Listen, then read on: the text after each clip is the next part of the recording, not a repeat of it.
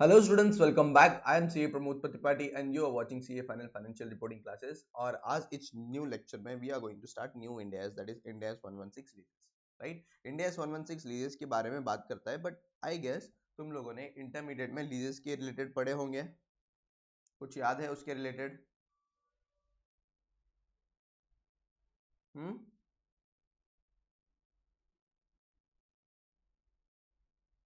याद है कुछ? लीज कौन होता है, मतलब लीज कैसे होते हैं, देन उसके बाद how exactly is who is the parties to the lease, फिर उसके बाद क्या है, कैसा होता है, उसका अकाउंटिंग कैसे करते हैं, ये सारी चीजें हमने इंटरमीडिएट में पढ़ा होगा, राइट? कुछ याद है क्या उसका? एक ग्लिम्स दे दो तो बस मुझे मीनिंग बता दो लीजेस का होता क्या है as per your existing knowledge. जो नॉलेज है तुम्हारे पास उसके बेसिस में मुझे मीनिंग बता दो। चलो देखो, आ जाओ, मैं बताता हूँ।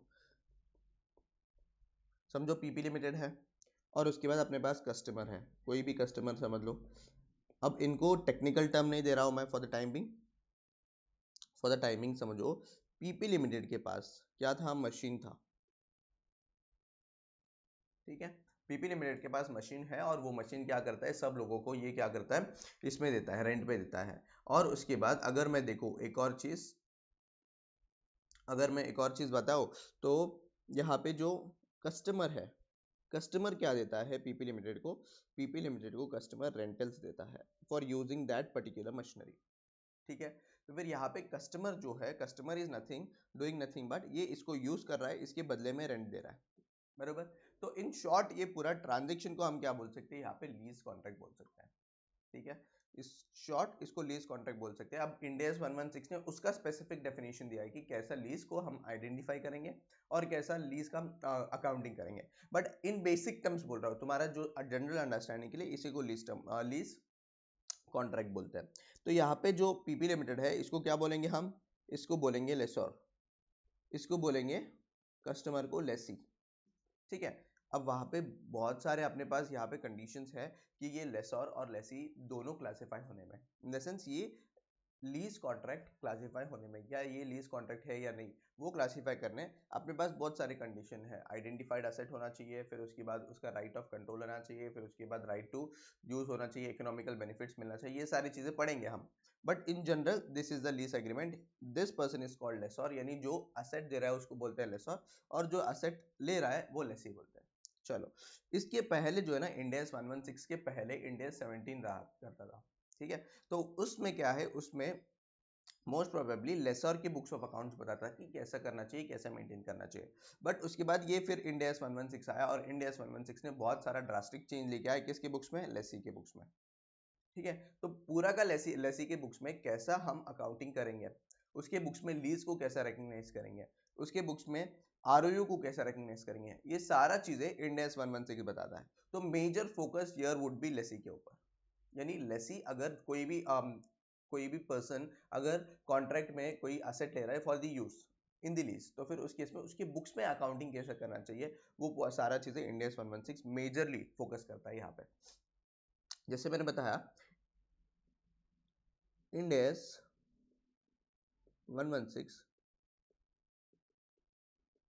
majorly focuses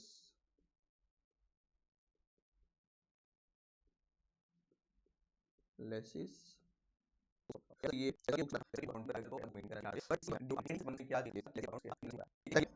अब इसमें सारे एसेट्स का लीजेस कवर्ड है, बट कुछ कुछ एसेट्स है ऐसा है जो इंडियस 116 कवर नहीं करता है।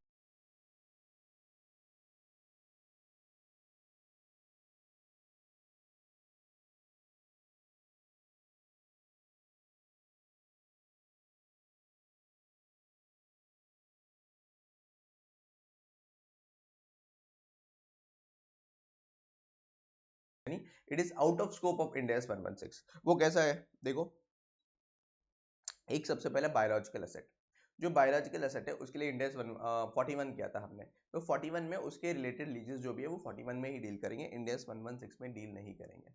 Is that cool? चलो फिर उसके बाद क्या है, लीजेस ऑफ एक्सप्लोरेशन, फिर उसके बाद मिनरल, नेचुरल गैस, ऑयल, ये सारे चीजें के लिए इंडेस 116 है। इंडेस 116 में हम कवर नहीं करेंगे। लाइसेंस ऑफ इंटेलेक्चुअल प्रॉपर्टी याद है, लाइसेंस ऑफ इंटेलेक्चुअल प्रॉपर्टी 115 में पढ़ा था हमने, राइट टू यूज, फिर sorry right to access, right to use, ये दोनों चीजें हम वहां पे देखे थे, बरोबर, ये दोनों चीजें वहां पे देखे थे, वो पूरा का पूरा कंसेप्ट 115 में कवर है, इंडियस 116 में we will not cover that. फिर उसके बाद सर्विस कंसेशन अरेंजमेंट, अपना इंडियस 115 का सबसे लास्ट टॉपिक, जहां पे गवर्नमेंट प्राइवेट सेक्टर को क्या करेगा, गवर्नमेंट प्राइवेट सेक्टर को क्या दे देगा, कॉन्ट्रैक्ट दे देगा, और कॉन्ट्रैक्ट देके फिर उसके बाद बोलेगा कि तुम या तो यूज करो या तो फिर हमारे से रियम्बर्समेंट ले लो। दोनों केस में अगर रियम्बर्समेंट आएगा तो फाइनेंशियल असेट रहेगा, या फिर यूज करने मिलेगा उनको, यूज करने इन द सेंस टोल को रिकवर करने मिलेगा, तो फिर उस केस में वो इंटेंजिबल असेट रहेगा। तो वो चीज हमने देखा था इंडियस 115 में, तो सिमिलर चीज वो इंडियस 115 में ही देखेंगे, इंडियस 116 में नहीं आएंगे। और एक और चीज है जहां पे rights held by the lessee under licensing of motion picture, films, manuscripts, patents and copyright as per Ind AS 38, Ind AS 38 उसको देख लेंगे, ये वाला पार्ट इंडियस 116 में नहीं आएगा। सिंपल है, पेटेंट कॉपीराइट जो भी है वो इंडियस 38 में देखेंगे, इंडियस 116 में नहीं आएंगे। ठीक है, इज दैट क्लियर? यहाँ तक क्लियर है? कोई डाउट है कि बताओ?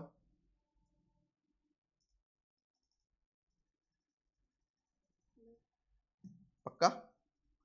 तो these are the items which are out of scope of Ind AS 116। तो सर फिर क्या क्या कवर करेंगे? बाकी सब जो लीसेस है, बाकी सब जो लीसेस है, इन द सेंस बाकी जो सारे असेट्स का लीसेस है, that are covered under Ind AS 116। ठीक है, चलो ये तो समझ गया कि सर इसमें ना मेजरली हम लेसी के बुक्स ऑफ अकाउंट देखते हैं। तो लेसी के बुक्स ऑफ अकाउंट देखते हैं, तो यहाँ पे लेसी जो है अगर चाहे, लेसी अगर चाहे, लेसी एक एग्जम्पशन क्लेम कर सकता है। कैसा एग्जम्पशन सर? देखो ये एग्जम्पशन छोड़ के अगर हम आगे बढ़ेंगे तो आगे कैसा अकाउंटिंग होगा, ये मशीनरी जो है, मशीनरी कस्टमर को यूज करने मिल रहा है, और कस्टमर क्या कर रहा है, लीज रेंटल पे कर रहा है। तो इस केस में हम क्या करेंगे, इस पर्टिकुलर ट्रांजेक्शन में ये मशीन यूज करनी मिल रहा है ना किसको, कस्टमर को, तो उसको राइट टू यूज मिल रहा है, बरोबर। तो कस्टमर क्या करेगा, कस्टमर आरओयू रिकॉग्नाइज करेगा, that is right to use asset. फिर उसके बाद कस्टमर रेंटल्स पे कर रहा है and over the period of time होगा 10 साल 15 साल के टाइम पे, तो उसको क्या करेंगे, जो रेंटल्स है वो पीवी को हम in PV at the rate of PV जो है मार्केट रेट में हम डिस्काउंट कर लेंगे, और वो डिस्काउंटेड जो अमाउंट है उसको लीज लाइबिलिटी रिकॉग्नाइज करेंगे। इन फ्यूचर क्या करेंगे, ये जो लीज लाइबिलिटी है इसको अनवाइंड करते जाएंगे, अनवाइंड इन द सेंस यानी क्या, ओपन करते जाएंगे। पीवी में का रिकॉग्नाइज किया था, उसके ऊपर इंटरेस्ट चार्ज करेंगे, उसका कुछ पेमेंट रहेगा, फिर क्लोजिंग बैलेंस आएगा। वैसे 10 साल के रहेगा तो 10 साल के लिए करेंगे, और आरयू एसेट के ऊपर डिप्रिसिएशन चार्ज करते जाएंगे। तो ये पूरा अकाउंटिंग किसके बुक्स में करेंगे, लेसी के बुक्स में करेंगे। अगर लेसी चाहेगा कि सर ये सारा तामझाम करने की जरूरत नहीं है, ये डायरेक्टली एग्जाम्पशन ले सकते हैं, दो केसेस में, दो केसेस है जहां पे ये एग्जाम्पशन ले सकता है। वो कौन से केसेस है देखो, एक सबसे पहले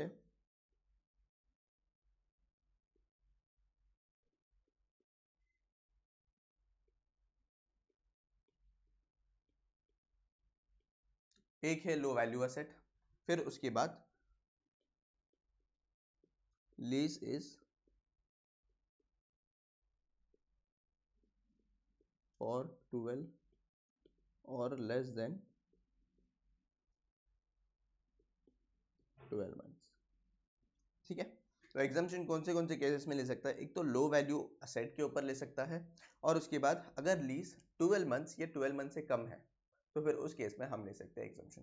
तो देखो आ जाओ, तो दो जगह में शॉर्ट टर्म लीज और लीजेस ऑफ लो वैल्यू एसेट इसमें ले सकता है। अब शॉर्ट टर्म लीज होता क्या है sir, short term lease is simple, एक साल या एक साल से कम अगर लीज का पीरियड है या लीज का कॉन्ट्रैक्ट है, तो उसमें सिंपल हम क्या कर सकते हैं, उसमें हम कर सकते हैं कि ये शॉर्ट टर्म लीज 12 मंथ से कम है, राइट। तो फिर यहाँ पे इतना बड़ा कॉन्ट्रैक्ट नहीं है कि हम पूरा अनवाइंड करें, लीज लाइबिलिटी को डिस्काउंट करें, आरओयू को रिकॉग्नाइज करें। यहाँ पे सिंपल हम क्या करेंगे, सिंपल हम लीज रेंटल्स को रिकॉग्नाइज करेंगे over the period of time using the SLM basis. ठीक है, एसएलएम बेसिस करके यूज कर सकते हैं। तो short term lease which is less than 12 months is considered as short term lease. अच्छा सर, तो फिर यहाँ पे इंडियाज 116 फर्दर बाइफर्केशन दिया या क्लैरिफिकेशन बोल सकता हूँ मैं, कि क्या क्लैरिफिकेशन है यहाँ पे। अगर समझो इनिशियली तुमने क्या किया है, initially you have decided the contract term, जो कॉन्ट्रैक्ट टर्म है that is 12 months, sorry initially contract term समझो 15 मंथ्स है, 12 मंथ्स नहीं 15 मंथ्स है, ठीक है। जस्ट अ मिनट यार, आ जाएगा वो, स्क्रीन आ गया। इनिशियली समझो contract term is 15 months, right. Short term lease के लिए कितने महीने होना चाहिए? शॉर्ट टर्म लीज के लिए 12 मंथ्स होना चाहिए, 12 मंथ्स और less than 12 months, okay sir. तो इनिशियली द कॉन्ट्रैक्ट टर्म जो है ना वो 15 महीना था, फिर फर्दर क्या हुआ, ये रिवाइज हुआ, it was revised and the contract term was reduced to 12 months, sorry 11 months. तो अब क्या हो रहा है, इनिशियली इंसेप्शन में मेरा कॉन्ट्रैक्ट है 15 मंथ्स का, अब फर्दर जाके वो क्या हो रहा है, कुछ रिविजन्स आ रहे हैं, रिविजन्स की वजह से वो हो रहा है 11 मंथ्स, राइट। तो फिर इस केस में इंड AS 116 क्लियरली क्लैरिफिकेशन देता है कि अगर initially your contract is for long term, मतलब लॉन्ग टर्म था और अब जाके फिर तुम रिवाइज करके उसको शॉर्ट टर्म कर रहे हो, then this is not the short term lease, ये लॉन्ग टर्म लीज ही माना जाएगा और इसके ऊपर एग्जम्पशन नहीं मिलेगा। समझा मैंने क्या बोला?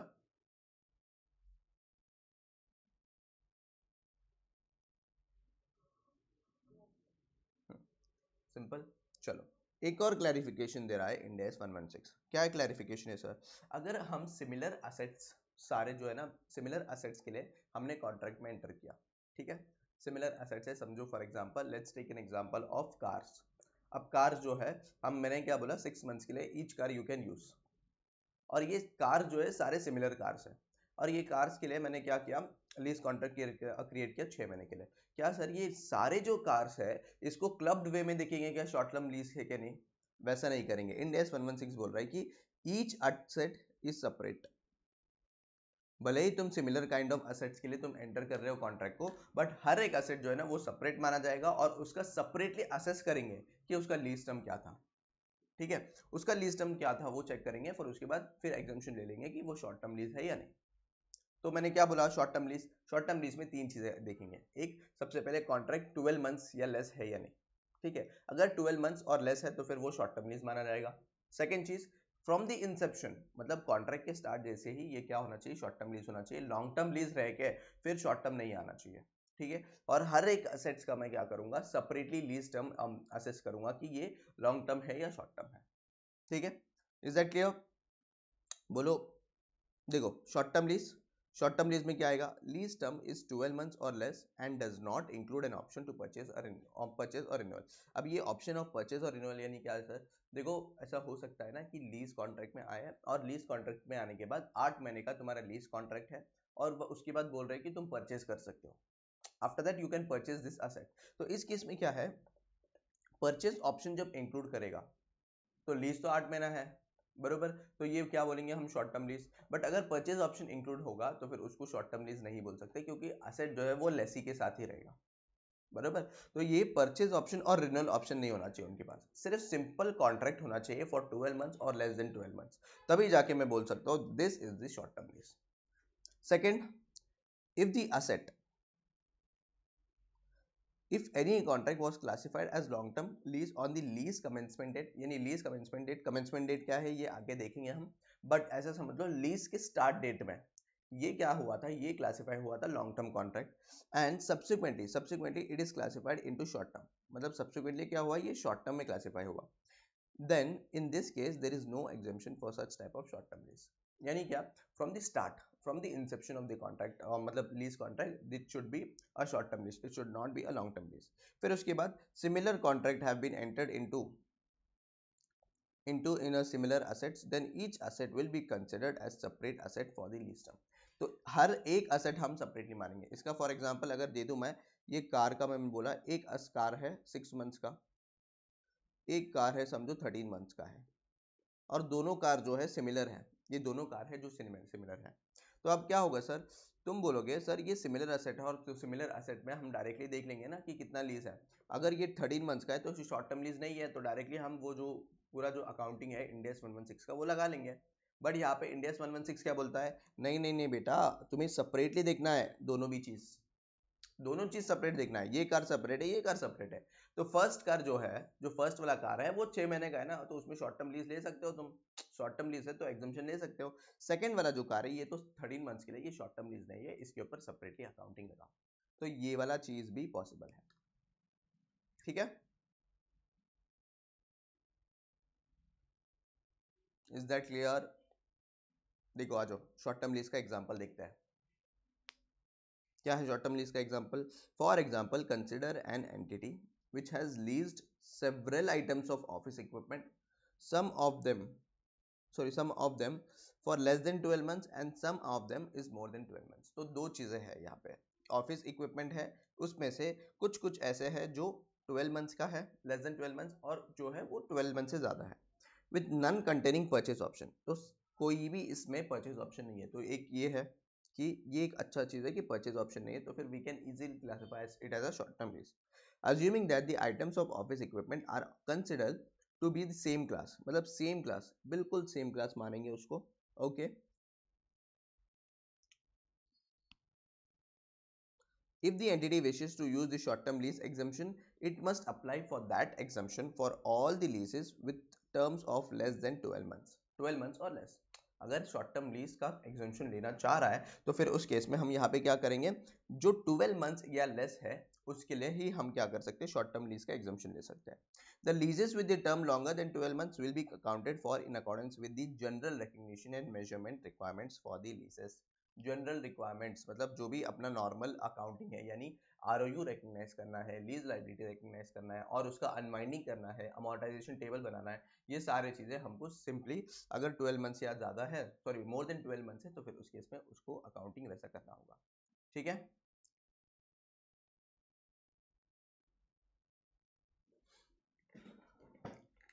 एकदम क्लियर हुआ शॉर्ट टर्म लीज होता क्या है, शॉर्ट टर्म लीज करके?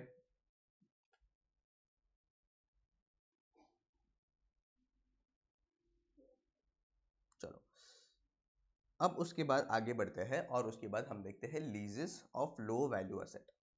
ठीक है, तो अब ये low value asset in the sense, low value कहीं पे भी डिफाइन नहीं है इन इंडियस 116 में कहीं पे भी डिफाइन नहीं है कि लो वैल्यू होता क्या है। 1000 रुपए लो वैल्यू है, 10,000 रुपए लो वैल्यू है, ये कहीं पे भी डिफाइन नहीं है। बट इंडियस 116 ने एक सिंपल एक 3-4 एग्जाम्पल से समझाया कि ये लो वैल्यू एसेट होगा। अब ये क्या है सर लो वैल्यू एसेट? लो वैल्यू एसेट यहाँ पे अगर मैं सिंपली बोलूं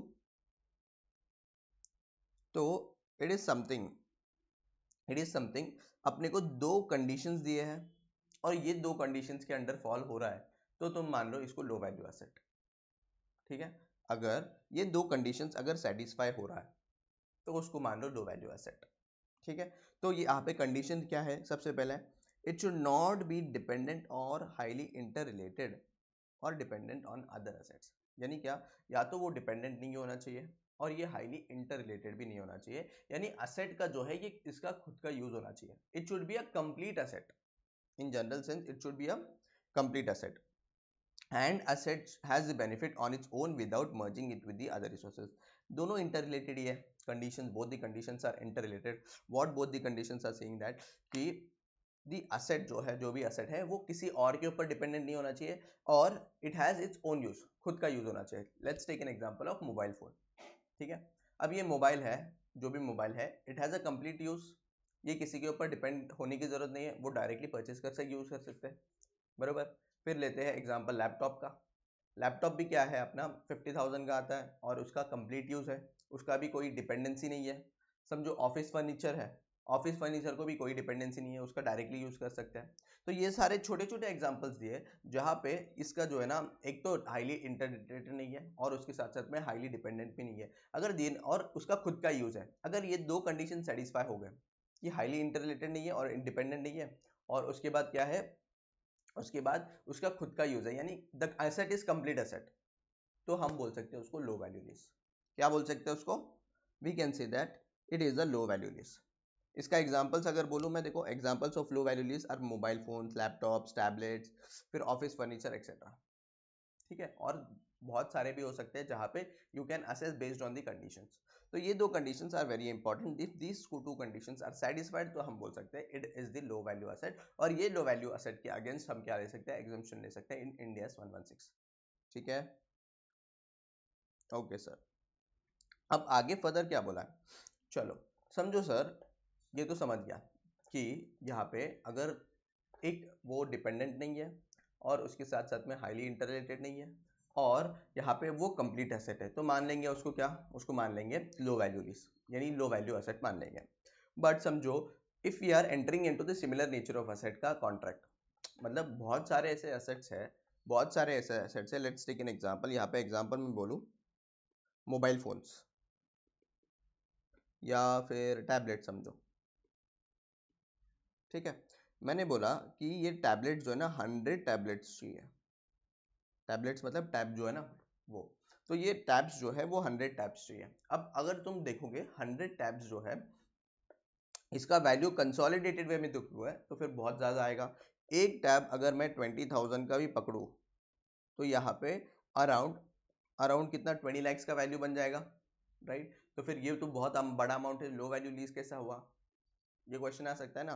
तो इंड एस 116 सिंपली बोलता है कि whenever you are assessing the low value lease, तो उस केस में हर एक asset is a separate asset, हर एक असेट को सेपरेट मानो और उसका वैल्यू चेक करो और डिटरमाइन करो whether this is the low value lease. अभी ये 200 टैबलेट्स जो है इसमें से हर एक जो टैबलेट को देखोगे, हर एक टैब को देखोगे, वो tab is a separate, it has its own use, complete asset है, किसी के ऊपर डिपेंडेंट नहीं है, राइट। और इसका अगर वैल्यू देखोगे तो 20,000 इच इज लो अमाउंट, तो लो वैल्यू लीज है। इसको हमें हर एक असेट का सेपरेट चेक करना है, अपने को इन अ कंसोलिडेटेड वे कभी भी चेक नहीं करना है। तो हर एक asset is a different asset, ठीक है। सेकेंड थिंग, अब सर यहाँ पे लो वैल्यू लीज जो है, समझो मैंने सेकेंड हैंड असेट लिया, यानी क्या, समझो सेकेंड हैंड टैब लैपटॉप ले लिया, ठीक है। अब जब सेकेंड हैंड लैपटॉप ले लिया तो यहाँ पे लैपटॉप तो 2000 का है, मैंने सेकेंड हैंड में लिया 2000 का, but as per Ind AS 116 if you are checking that it is a low value lease, तो उस केस में तुम्हें ओरिजिनल वैल्यू उसका देखना पड़ेगा। Original in the sense market में कितना बिक रहा है वो देखो आज के दिन में। सिमिलर काइंड ऑफ लैपटॉप, अगर नया लैपटॉप है तो मार्केट में कितने में बिक रहा है, और वो वैल्यू ले, वो वैल्यू कंसिडर करो इन योर असेसमेंट, और उसके बेसिस में you determine whether it is a low value list और नॉट। समझा ये मैंने क्या बोला, देखो for assessing low value assets under 116 entity shall consider the new asset value regardless of the useful life of the asset। तो हम क्या करेंगे, while assessing we will see the new value of asset, ठीक है। फिर उसके बाद if lease covers multiple assets, अगर बहुत सारे असेट्स है of the similar nature, then each asset will be considered as separate for such assessment, हर एक जो असेट है वो सेपरेटली माना जाएगा। फॉर एग्जांपल 100 मोबाइल फोन से तो एक एक मोबाइल फोन को चेक करेंगे कि वो लो वैल्यू लिस्ट में आता है या नहीं, ठीक है। एग्जांपल्स क्या है इसका, mobiles, laptops, tablet, office furniture etcetera. इसका एग्जांपल देखें, लो वैल्यू लिस्ट समझा क्या बताओ,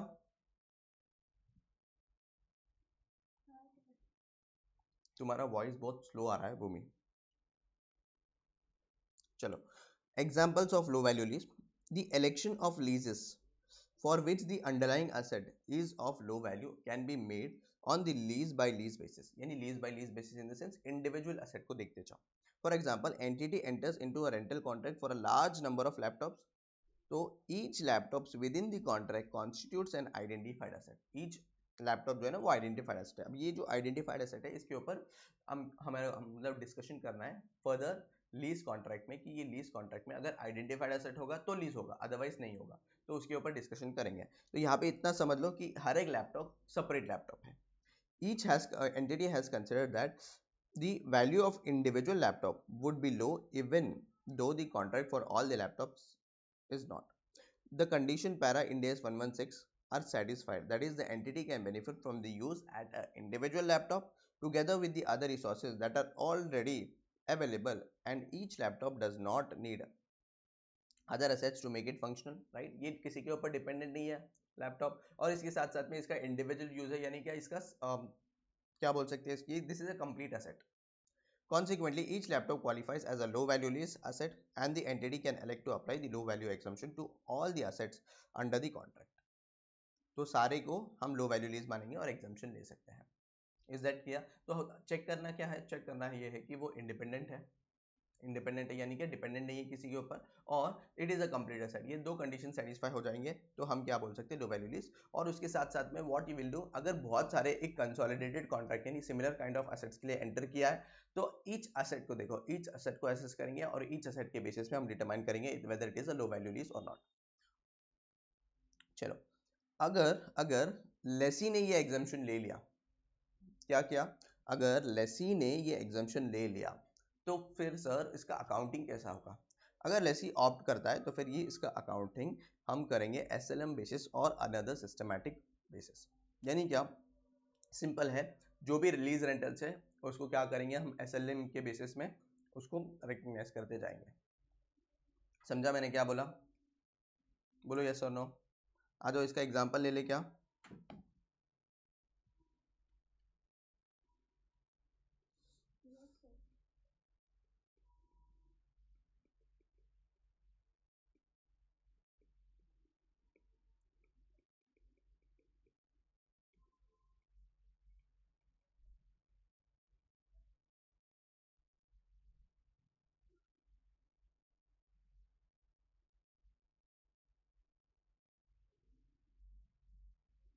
समझो, let's take an example.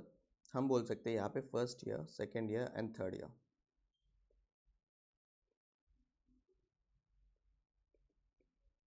10,000 first year का रेंटल है, 11,000 क्या है सेकेंड ईयर का रेंटल है, एंड 12,000 जो है ना थर्ड ईयर का रेंटल है। ठीक है, first year, second year and third year 3 साल का है। नहीं 3 साल का नहीं, सॉरी, अपने को तो एग्जाम्पशन के बारे में बात करना है ना। फर्स्ट फर्स्ट रेंटल पेमेंट बोल देता हूँ, फर्स्ट रेंटल पेमेंट है कितना है, समझो 10,000। सेकेंड रेंटल पेमेंट क्या है,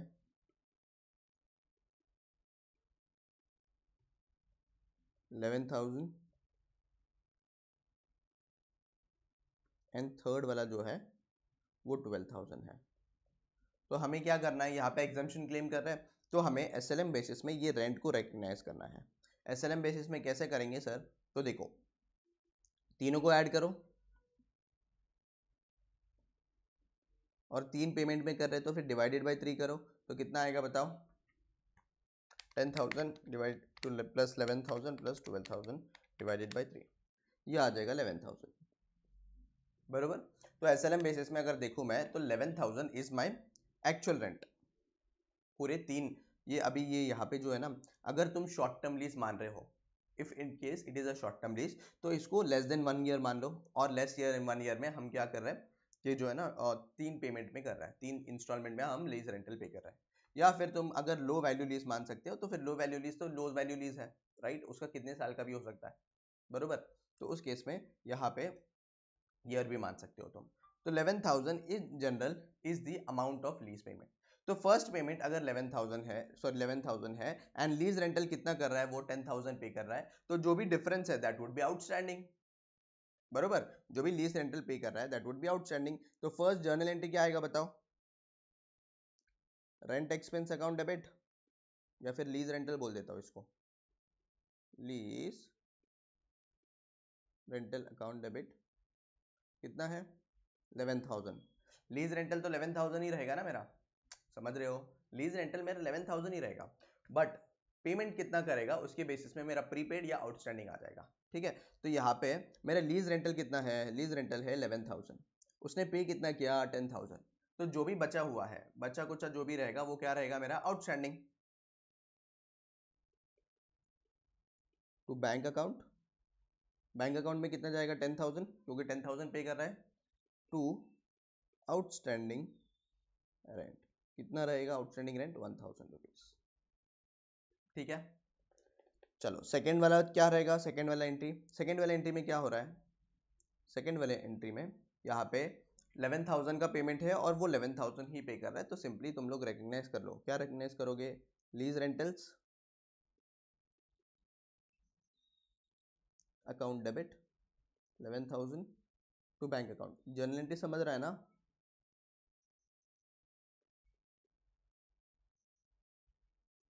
थर्ड मेरा क्या रहेगा बोलो?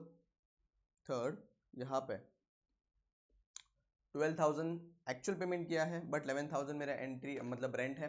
तो 12,000 में इनिशियली याद है आउटस्टैंडिंग 1,000 रुपये था, देखो ये वाला आउटस्टैंडिंग रेंट वॉज 1,000 रुपीज, उसी रेंट को हम रिवर्स कर देंगे आउटस्टैंडिंग को। देखो लीज रेंटल्स अकाउंट डेबिट कितना हो जाएगा ये 11,000 ना, यस। फिर आउटस्टैंडिंग रेंट पहले हम रिकग्नाइज किए थे, अभी उसका पेमेंट कर रहे हैं 1,000 रुपये टू बैंक अकाउंट, कितना ही है 12,000। सिंपल, ऐसा अकाउंटिंग करेगा लेसी।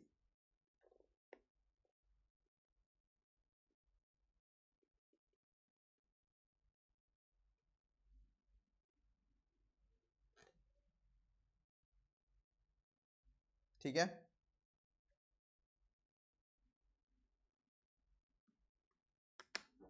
समझ में आया कि बताओ?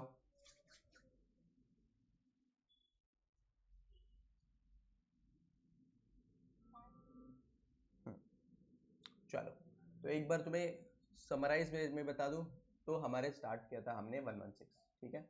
अब 116 में फर्स्ट हमने देखा कि कौन से इंडियस 116 के बाहर है, यानी क्या स्कोप के अंडर आता नहीं है। फिर उसके बाद रिकग्निशन एग्जाम्पशन देखा है। रिकग्निशन एग्जाम्पशन में क्या है सर, दो चीजें हैं जहां पे lessee will take an exemption, ठीक है, lessee has an option to take an exemption. तो पहले चीज है that is low value lease, second है शॉर्ट टर्म लीज। अब लो वैल्यू लीज कहीं पे भी डिफाइन नहीं है। Low value lease we can say that हमारा कंडीशंस की बेसिस में वी कैन डू। क्या कंडीशंस है, अगर वैल्यू लो है, उसके साथ साथ में जो असेट है that is not dependent on any other asset or not highly related, और फिर उसके बाद ये कंप्लीट असेट है, it has its own uses, तो उस केस में हम बोल सकते हैं ये लो वैल्यू लीज है। और ये लो वैल्यू लीज का हम एग्जम्पशन ले सकते हैं और हर एक असेट सेपरेटली असेस करेंगे, ठीक है। सेकेंड चीज है short term lease. Short term lease में सिंपल है कि 12 महीने उससे लेस है, तो फिर उस केस में we can consider it as a short term lease. अब शॉर्ट टर्म लीज के केसेस में भी हम क्या करेंगे, हम देखेंगे ईच असेट सेपरेटली, हर एक असेट का वैल्यू और जो यूजफुल लाइफ है वो सेपरेटली देखेंगे और उसके बेसिस में डिटरमाइन करेंगे whether it is a short term lease or not. अगर ये एग्जाम्पशन लेता है तो एसएलएम के बेसिस में उसने अकाउंटिंग करना है, तो ऐसा ही करेगा अकाउंटिंग, ऐसा ही करेगा। मॉड्यूल ने क्या है, another systematic basis, other systematic basis बोला है, तो अदर सिस्टमैटिक बेसिस भी एसएलएम में ही आता है। मतलब एसएलएम मेजरली एसएमएल ही कहेगा, एसएलएम ही करेगा। अदरवाइज अगर कोई दूसरा अकाउंटिंग मेथड उसको पता है तो फिर वो करेगा। वो कुछ डिफाइंड है क्या? बिल्कुल भी नहीं, यहाँ पे अभी तक वो डिफाइंड नहीं है। Is that clear? बोलो। चलो एक छोटा सा नोट है यहाँ पे, वो देख लो। If a lessee subleases an asset और expect to sublease an asset, the head lease does not qualify as low value lease. यानी क्या, देखो यहाँ पे एग्जांपल देता, देखो ये एक इंसान है, इसने लीज किया एसेट, इसने लीज किया इसको क्या बोलते हैं हम? इसको बोलते हैं सब लीज, ये इसको बोलते हैं लीज। एक इंसान ने दूसरे इंसान को लीज किया और दूसरे इंसान ने तीसरे इंसान को लीज किया, सब लीज किया सॉरी। तो उस केस में हम इसको लो वैल्यू लीज नहीं मान सकते हैं।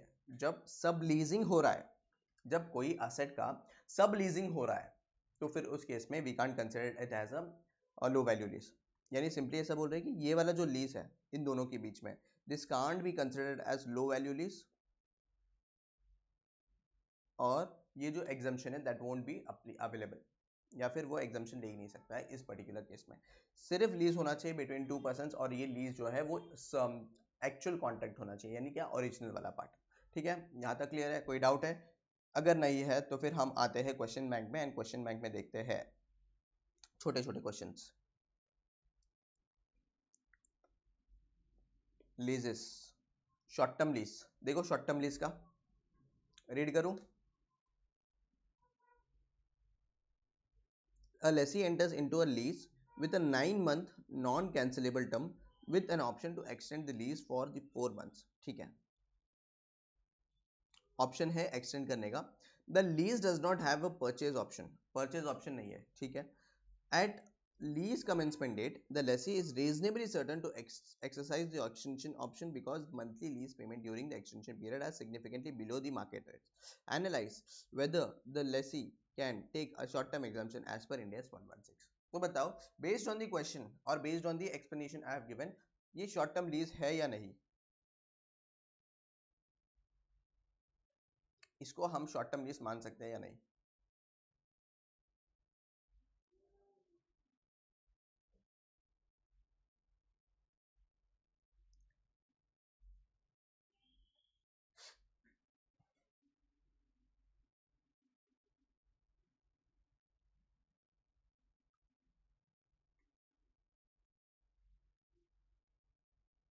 बोलो, इसको शॉर्ट टर्म लीज मानेंगे या नहीं?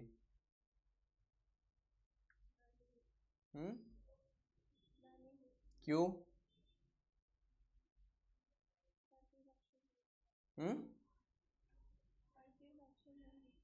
परचेज ऑप्शन नहीं है, परचेज ऑप्शन नहीं है तो रिन्यूअल ऑप्शन तो है ना यार।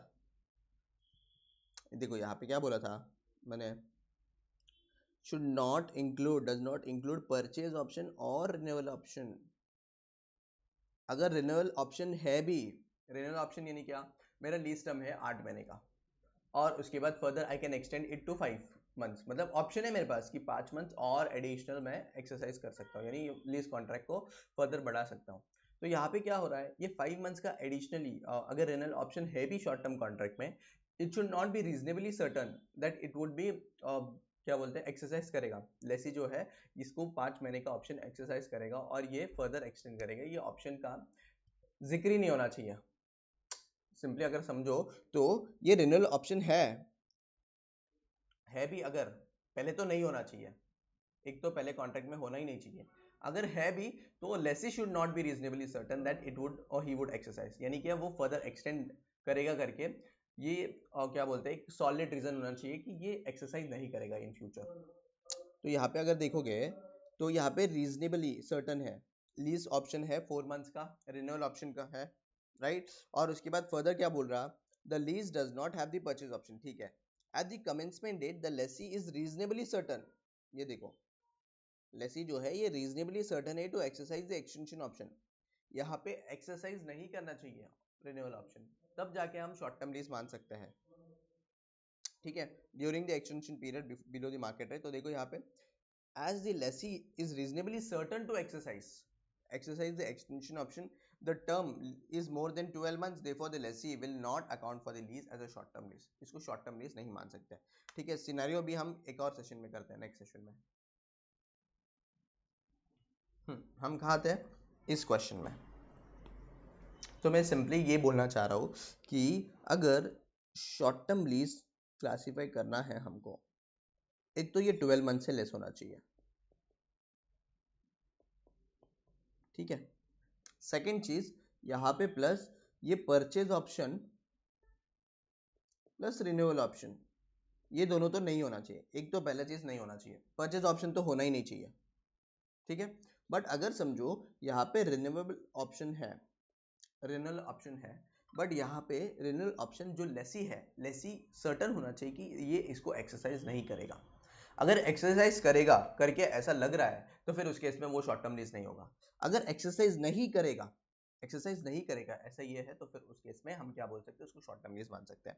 तो देखो सिनेरियो भी उसी के रिलेटेड बात करता है, assume the same facts as scenario A except at a lease commencement date the lessee is not reasonably certain to exercise the extension option, यहाँ पे रीजनेबली सर्टन नहीं है कि लेसी जो है ना ये एक्सरसाइज करेगा ये extension option, because the monthly lease payment during the optional lease period are at what the lessee expects to be market rates and there are no further factors that would make exercise the renewal option reasonably certain, यानी कि यहाँ पे renewal option है but Lesi इसको exercise नहीं करेगा, तो हम क्या बोल सकते हैं, this can be considered as short term lease. क्यों?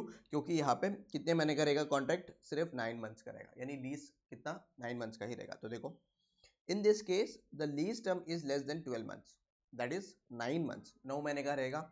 Thus the lessee may account for said lease under the short term lease exemption, that is it recognizes the lease payments as an expenses on either straight line basis over the lease term or another systematic basis, तो इसको हम short term lease मान सकते हैं। Is that clear? बोलो।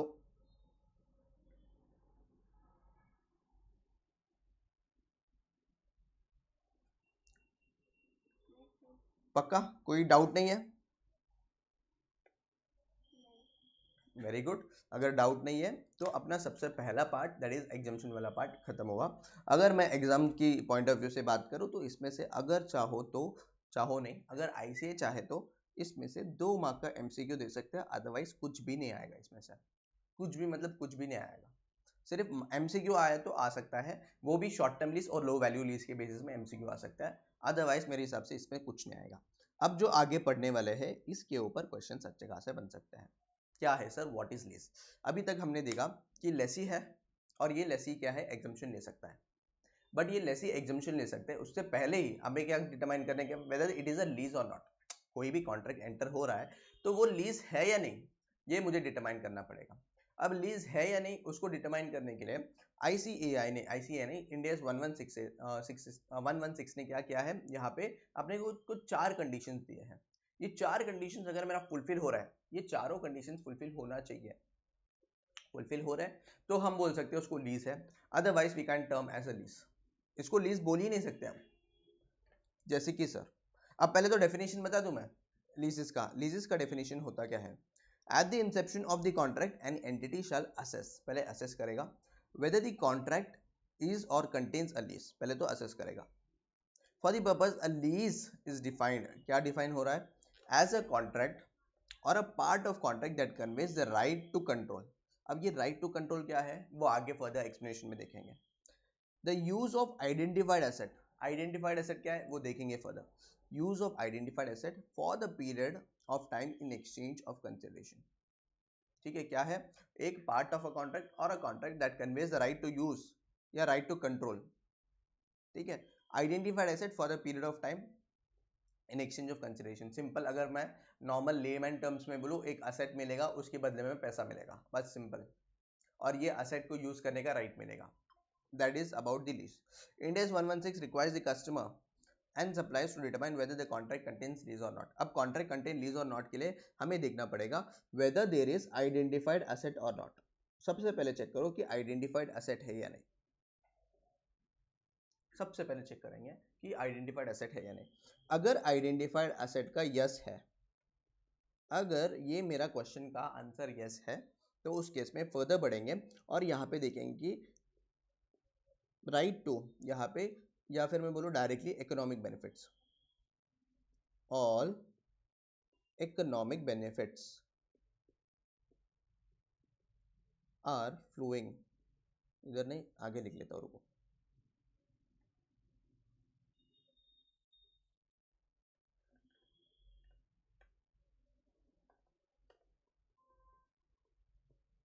What is lease, ठीक है। तो पहले अगर मैं बोलूँ यहाँ पे सबसे पहले चेक करो whether there is a identified asset. अगर मेरा ये क्वेश्चन को यस है तो आगे बढ़ो और आगे बढ़ के देखो कि फर्दर, ये वाकड़ा क्यों आ रहा है, हाँ, फर्दर देखो कि यहाँ पे economic benefits are flowing to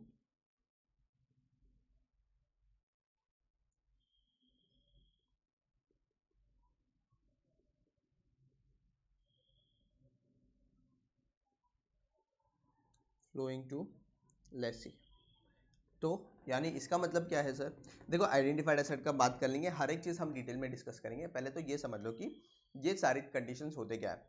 economic benefits in the sense यानी क्या, economic benefits in the sense अगर असेट को चला रहा है तो असेट के रिलेटेड जो भी ये है, जो भी इकोनॉमिक बेनिफिट्स है, पैसा हो या फिर उसके आउटपुट हो या फिर उसका जो भी चीज़ है, वो किसको मिलना चाहिए, लेसी को मिलना चाहिए। अगर इसका भी क्वेश्चन मेरा यस है, if this question is also yes, तो यहाँ पे right of control, right of control भी किसके पास होना चाहिए, लेसी के पास होना चाहिए, is with lessor. Rights of control यानी क्या है सर, देखो इसमें दो चीजें आते हैं नॉर्मली। पहले चीज आता है right to direct the use, यानी सर नहीं समझा, यानी क्या, इसमें सिंपली बताएगा, लेसी बताएगा कि उसको असेट कैसे यूज करना चाहिए, how and for what purpose. Simply अगर मैं बोलूं how and for what purpose has to be with the lessee, यानी क्या, असेट लीज में लिया और असेट लीज में लेने के बाद अभी यहाँ पे लेसी के पास राइट है कि ये इसको कहीं भी यूज कर सकता है और कैसे भी यूज कर सकता है। अगर वो उसके पास राइट है to use how and for what, मतलब किसके लिए यूज करेगा और कैसा यूज करेगा, कब यूज करेगा, ये सब कौन डिटरमाइन कर रहा है, लेसी डिटरमाइन कर रहा है, तो बोल सकते हैं लीज है, otherwise we can say there is no lease. अगर how and for what purpose is already determined, already ये डिटरमाइंड है, तो यहां पे एडिशनली एक और राइट आएगा, design and operation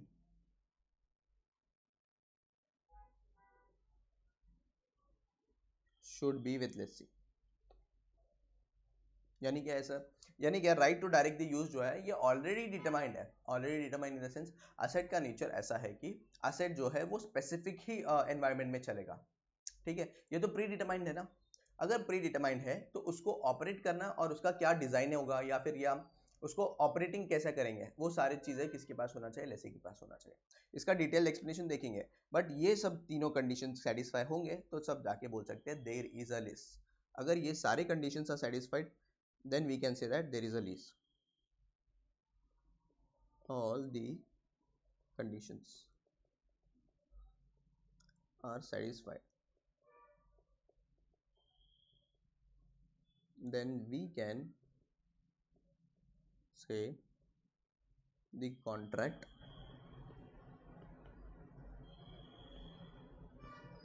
consists lease। Simple है क्या, तीन तीन पहले तो तीन देख लो, उसके बाद राइट टू कंट्रोल के अंडर दो है। पहली चीज क्या है, आइडेंटिफाइड असेट है या नहीं। सेकंड, इकोनॉमिक बेनिफिट्स लेसी को फ्लो हो रहा है या नहीं।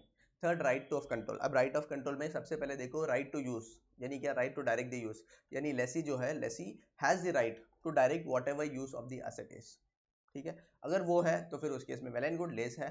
या फिर अगर वो ऑलरेडी प्री डिटरमाइंड है, ऑलरेडी प्री डिटरमाइंड है, तो देखो डिजाइन एंड ऑपरेशन किसके पास है, लेसी के पास है क्या। अगर डिजाइन एंड ऑपरेशन लेसी के पास है then we can consider it as a lease payment, lease contract, otherwise we will not consider this as a lease. समझ में आया कि बताओ, ये तीन चार कंडीशन देखो। सबसे पहला, is there an identified asset, if yes then आगे देखो, does the customer have the right to obtain substantial all of the economic benefits from the use of asset throughout the period of use, यानी पूरा पूरा use में मेरे यहाँ पे जो लेसी है उसको ही पूरा सारे इकोनॉमिक बेनिफिट्स मिल रहे हैं या नहीं, ओके वो देखो। फिर उसके बाद, does the customer or the supplier has the right to direct how and for what purpose the asset is used throughout the period of use. तो कस्टमर के पास यहाँ पे, कस्टमर यानी क्या, कौन है, लेसी, लेसी के पास यहाँ पे ये है क्या, राइट है क्या, to determine that is how and for what purpose the asset will be used. अगर वो है, अगर वो है कस्टमर के पास, तो उस केस में अगर कस्टमर के पास है तो फिर इट, तो हम लीज मान लेंगे, पहले तो चीज ये है। अगर वो नहीं है, यानी कि how and for what purpose, अगर वो प्री डिटरमाइंड है, तो यहाँ पे चेक करना पड़ेगा whether the customer operates the asset और डिजाइन द एसेट, यानी या तो ऑपरेट करना चाहिए या तो डिजाइन करना चाहिए। अगर इन दोनों में से कोई भी एक चीज है तो फिर हम क्या मान सकते हैं, it is a contract lease. अगर वो सप्लायर के पास है, ये दोनों चीजें सप्लायर के पास है यानी क्या लेसर के पास है, तो उसको क्या हम लीज कॉन्ट्रैक्ट नहीं मान सकते। This are the four conditions नहीं है, तीन कंडीशंस है, और तीसरे कंडीशन में दो है और है। एक, if how and for what purpose is already predetermined, तो we have to check the operation and design is with the lessee और नॉट। अदरवाइज अगर पहले ही कंडीशन है कि how and for what purpose is with the lessee, तो फिर हम बोल सकते हैं लीज कॉन्ट्रैक्ट है। तो this is about the lease contract, we can consider it as a lease contract following all these conditions. अब देखते हैं एक एक कंडीशंस इन डीप डाइव करेंगे हम। आ जाओ, पहले देखते हैं आइडेंटिफाइड एसेट। यहां तक समझ में आया, कोई डाउट है कि बताओ, कोई डाउट, फिर से बोलो। ओके चलो, if you have no doubt then in that case will move forward. बोलते हैं किसके बारे में, सॉरी डिस्कस करते हैं आइडेंटिफाइड एसेट। अब पहले जो है ना, पहले 1 या 1.5 लेक्चर जो ये थियोरेटिकल पार्टी चलेगा कि क्या हम लीज को कैसे क्लासिफाई करेंगे और कैसे करेंगे। उसके बाद फिर हम अकाउंटिंग आएगा लेसी की बुक्स में, हम इनिशियल रिकग्निशन सीखेंगे, फिर सब्सिक्वेंट रिकग्निशन सीखेंगे, सब कुछ फिर अकाउंटिंग वाला पार्ट आएगा। पहले डिटरमाइन कर लो कि ये आइडेंटिफाइड एसेट है या नहीं। कब ऐसा डिटरमाइन कर सकते हैं सर ये आइडेंटिफाइड एसेट है या नहीं, तो कैसे डिटरमाइन करेंगे। सबसे पहले देखो, एक लीज कॉन्ट्रैक्ट, कोई भी लीज कॉन्ट्रैक्ट, तो आ जाओ यहाँ पे बताता हूँ कैसे करना चाहिए। पहले, सबसे पहले आइडेंटिफाइड,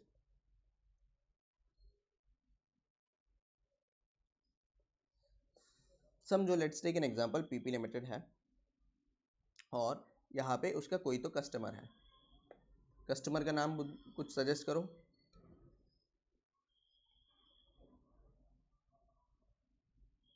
कस्टमर समझो यहाँ पे चिंटू ही ले लेते हैं अपना रोल मॉडल, चिंटू भाई, ठीक है। तो चिंटू उसका कस्टमर है और पीपी लिमिटेड जो है ना वेंडर है मशीन का। तो अब क्या हो रहा है, इन दोनों ने एक कॉन्ट्रैक्ट एग्रीमेंट में एंटर किया, एग्रीमेंट में एंटर किया। देखो एग्रीमेंट ऐसे कुछ दिख रहा है, ये एग्रीमेंट है उनका। अब जब एग्रीमेंट है तो एग्रीमेंट में स्पेसिफिकली बोला है, स्पेसिफिकली बोला है कि PP limited is leasing out, क्या लीजिंग आउट अ फ्लैट, या समझो कार, कार समझो, यहाँ पे PP limited is leasing out a car to Chintu. क्या बोल रहा है, कार स्पेसिफिकली बता रहे हैं ना, तो फिर अगर एक तो ये एक्सप्लिसिटली डिटरमाइन होगा, अगर एक्सप्लिसिटली बता रहा है कि ये कार है तो उसको बोल सकते हैं हम आइडेंटिफाइड एसेट, कि आइडेंटिफाई हो रहा है एसेट कि ये एसेट है, ये एसेट को हम लीज में दे रहे हैं। ठीक है, तो एक तो एक्सप्लिसिटली डिटरमाइन होगा कि यहाँ पे ये पर्टिकुलर एसेट को लीज में दिया है। या फिर समझो लेट्स टेक एन एग्जांपल, और एक और एग्जांपल, यहाँ पे पीपी लिमिटेड है और चिंटू लिमिटेड है। पीपी लिमिटेड जो है ना, ये किस में डिटरमाइन करता है, ये वाटर फिल्टर्स में है। वाटर फिल्टर्स मतलब समझता ना, बड़े बड़े वाटर फिल्टर्स, फिर उसके बाद वाटर प्योरीफायर्स, इस पर डील करता है। और पीपी लिमिटेड को क्या चाहिए, वाटर प्योरीफायर चाहिए, सॉरी चिंटू को वाटर प्योरीफायर चाहिए रहा। ये क्या करेगा, ये लीज रेंटल पे करेगा। ठीक है, यहाँ पे इन दोनों के बीच में तो कॉन्ट्रैक्ट है ही है, समझो ये कॉन्ट्रैक्ट है, बट ये कॉन्ट्रैक्ट में स्पेसिफिकली डिटरमाइंड नहीं है। बट यहाँ पे क्या हुआ है, पीपी लिमिटेड ने ये एक वाटर प्यूरिफायर स्पेसिफिकली चिंटू के लिए बनाया है, यानी चिंटू का स्पेसिफिकेशंस के बेसिस में उसने वाटर प्यूरिफायर बनाया, ये बाहर किसी को बेच नहीं सकता है। तो उस केस में क्या बोल सकते हैं, यहाँ पे स्पेसिफिकली एग्रीमेंट पे तो डिटरमाइन नहीं है, यहाँ पे बोला है सिर्फ लीज कॉन्ट्रैक्ट है between PP limited and Chintu, but यहाँ पे असेट जो है, असेट जो है वो चिंटू के स्पेसिफिकेशंस के बेसिस में हमने बनाया है, यानी क्या पीपी लिमिटेड बनाया है। तो this is nothing but the implicit way of identifying the asset, implicit way of identifying asset। या तो वो एक्सप्लिसिटली बता रहा है कि कार दे रहा है, ठीक है, और सेकेंड चीज में implicitly we have to identify, implicitly in the sense अगर स्पेसिफिक कस्टमर स्पेसिफिकेशंस के बेसिस में कोई भी असेट दे रहे हैं, या फिर ऐसा कोई चीज है कॉन्ट्रैक्ट में एंटर करने के बाद क्या बोलते हैं, जो लेसर है, जो सप्लायर है, उसके पास एक ही एसेट है, वो एक ही एसेट सबको लीज में देता है, एक ही in the sense similar kind of asset है जिसमें वो लीज में देता है। तो इसमें क्या है, ये इम्प्लिसिटली अपने को अज्यूम करना पड़ेगा, yes this is an asset. तो आइडेंटिफाइड एसेट कैसे हम आइडेंटिफाई करेंगे, फर्स्ट एक तो एक्सप्लिसिटली दिया होगा, दूसरा क्या होगा, इम्प्लिसिटली हम डिटरमाइन कर सकते हैं फ्रॉम दी लीज कॉन्ट्रैक्ट। तो देखो आ जाओ, an arrangement only contains lease if there is an identified asset, अगर आइडेंटिफाइड एसेट है तो बोल सकते हैं इसको लीज है, otherwise we can consider this as lease नहीं है। Under Ind AS 116 an identified asset can be explicitly specified in a contract, एक तो एक्सप्लिसिटली स्पेसिफाई कर दो, या फिर implicitly specified at the time that the asset is made available for the use by the customer, यानी जब भी asset available कर देगा तब बोल सकते हैं ये आइडेंटिफाइड, मतलब इट इज इम्प्लिसिटली आइडेंटिफाइड। तो दो वे है हम आइडेंटिफाई करें, बट अब आइडेंटिफाइड तो है सर, हम एक्सप्लिसिटली देख लिया और इम्प्लिसिटली भी देख लिया, बट अगर सप्लायर है, चलो यही एग्जांपल को देख लेते हैं। यहाँ पे मैंने बोला कार, यहाँ पे मैंने क्या बोला, कार, ठीक है, यहाँ पे कार है और पीपी लिमिटेड जो है इसके पास सब्सटेंटिव सब्स्टिट्यूशन राइट्स है। अब ये बहुत टेक्निकल वर्ड हुआ ना, यानी क्या, पीपी लिमिटेड अगर चाहे तो विदाउट एनी नोटिस ये कार को रिप्लेस कर सकता है with the any other car, यानी क्या, चिंटू को बिनी बताए, बिनी नहीं बिना बताए, तो यहाँ पे चिंटू को बिना बताए कार को रिप्लेस कर सकता है। पहले मर्सिडीज था, अभी क्या कर दिया, अभी स्विफ्ट दे दिया। तो ऐसा इसके पास क्या है, सब्स्टिट्यूटिव राइट्स है, क्या ये कभी चाहे ये कार को सब्स्टिट्यूट कर सकता है, यानी इसको उड़ा सकता, दूसरा कार लेके आ सकता without any notice to Chintu. तो this is known as substantive substitution rights. अगर ऐसा कोई राइट्स है इसके पास, सप्लायर के पास, यानी पीपी लिमिटेड के पास, तो फिर हम बोलेंगे इसको आइडेंटिफाइड एसेट नहीं है।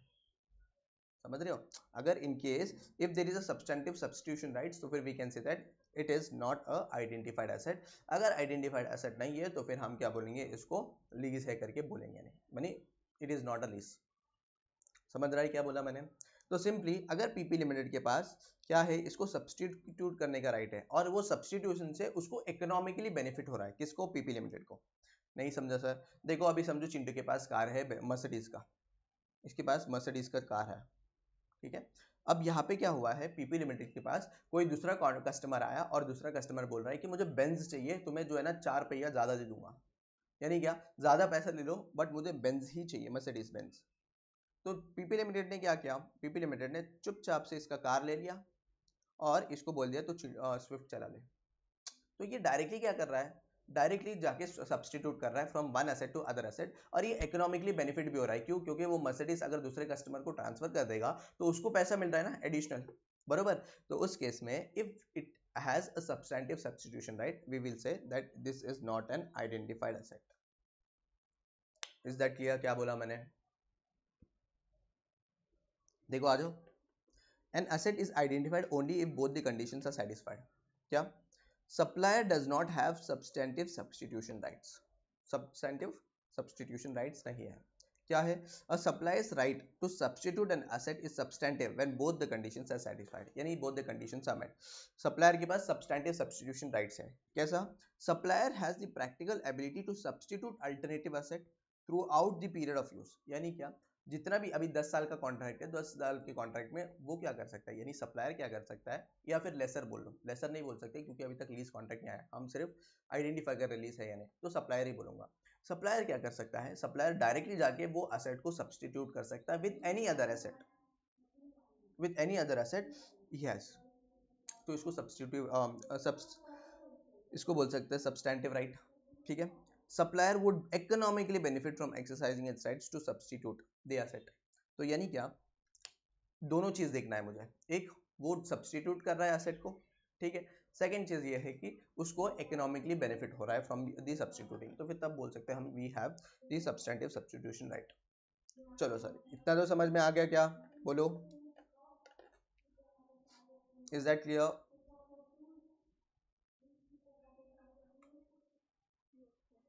ओके चलो, अब क्या हो रहा है सर, समझो ये कार तो ले लिया,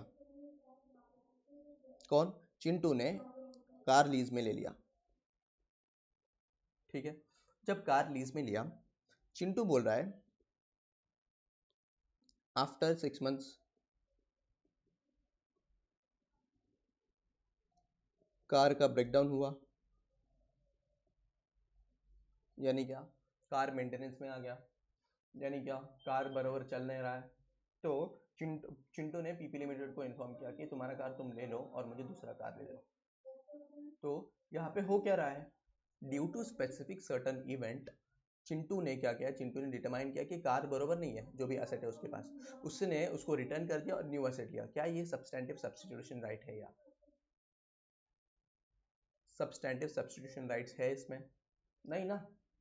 यहाँ पे सब्सटेंटिव सब्सटीट्यूशन राइट्स कब बोल सकते हैं, जब पीपी लिमिटेड आएगा और पीपी लिमिटेड डायरेक्टली इसको सब्सटीट्यूट कर देगा, सब्सटीट्यूट इन द सेंस ये दूसरे एसेट से रिप्लेस करके चला जाएगा, बरोबर। बट यहाँ पे क्या हो रहा है, ड्यू टू स्पेसिफिक इवेंट, अब क्या है, समझो वारंटी है, तो वारंटी के केस में रिटर्न करके न्यू एसेट तो लेना ही पड़ेगा ना, क्योंकि एसेट सही से नहीं चल रहा है, बरोबर।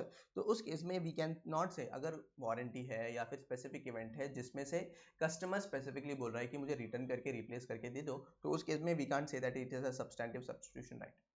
कब बोलेंगे, जब ये स्पेसिफिकली सप्लायर आके एक्सचेंज कर रहा है एसेट को। तो आ जाओ, if the supplier has the right or obligation to substitute asset only on or after either a product a particular date or the occurrence of specified event, for example machine breakdown, the supplier substitution rights, एक minute, हाँ, is not substantive, उसको right करने दो, हाँ, is not substantive because the supplier does not have the practical ability to substitute alternative asset throughout the period of use. तो ये period of use यानी substantive substitution right पूरे जितना भी लीज टर्म है उतना पूरा लीज टर्म में होना चाहिए। अगर स्पेसिफिक डेट के बाद अगर कुछ स्पेसिफाइड इवेंट के बेसिस में अगर सब्सटेंटिव कर रहा है, मतलब सब्स्टिट्यूट कर रहा है, this would not be considered as substantive substitution right. Hope so this is clear. Clear है, बताओ।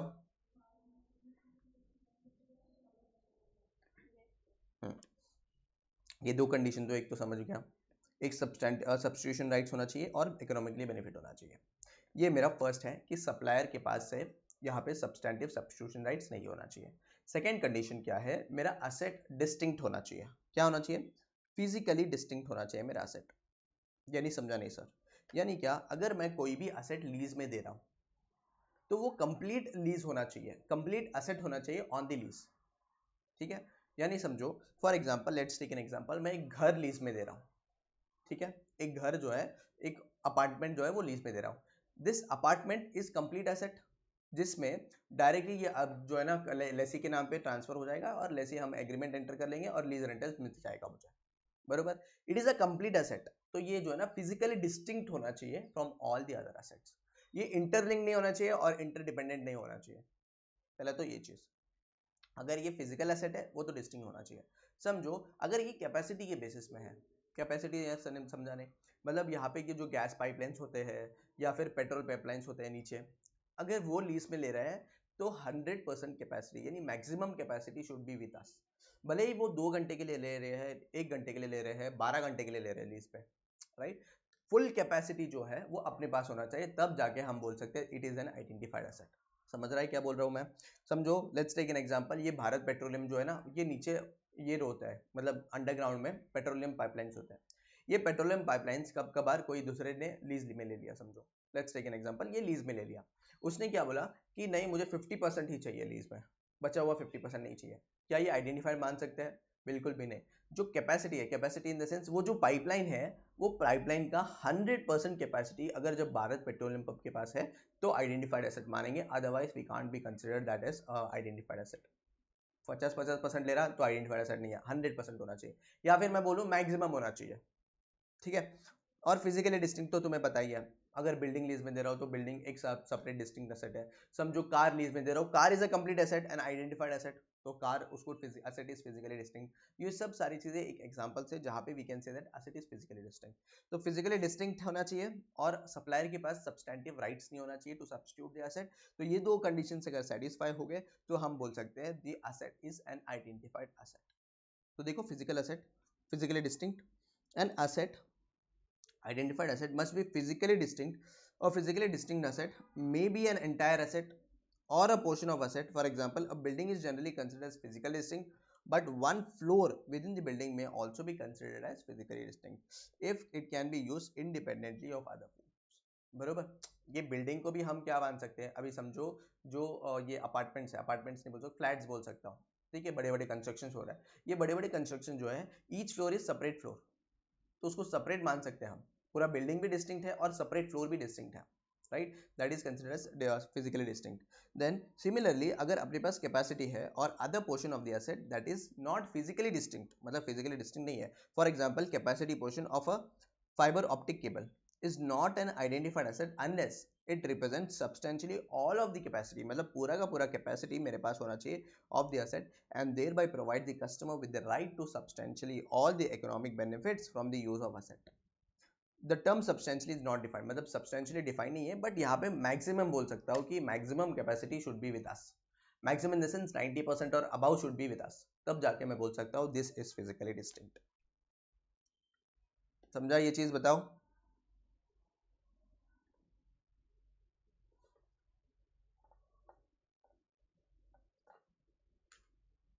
अगर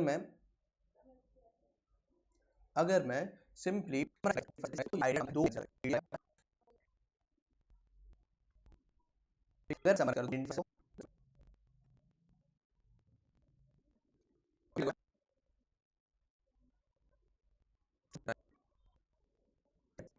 आइडेंटिफाइड तो कि मैं आइडेंटिफाइड एक्सप्रेस दिया आपसे कहते हैं कि असली इसलिए कर सकते हैं फिर आइडेंटिफाइड तो डी रिक्वायर्ड स्टूडेंट हम is not an identified, is not simple की सिचुएशन है अब सिचुएशन क्या है, सारी चीज तो विदाउट एनी नोट तब सकते हैं सब्सटेंस तो ये पूरा किस तरह से एंड होती है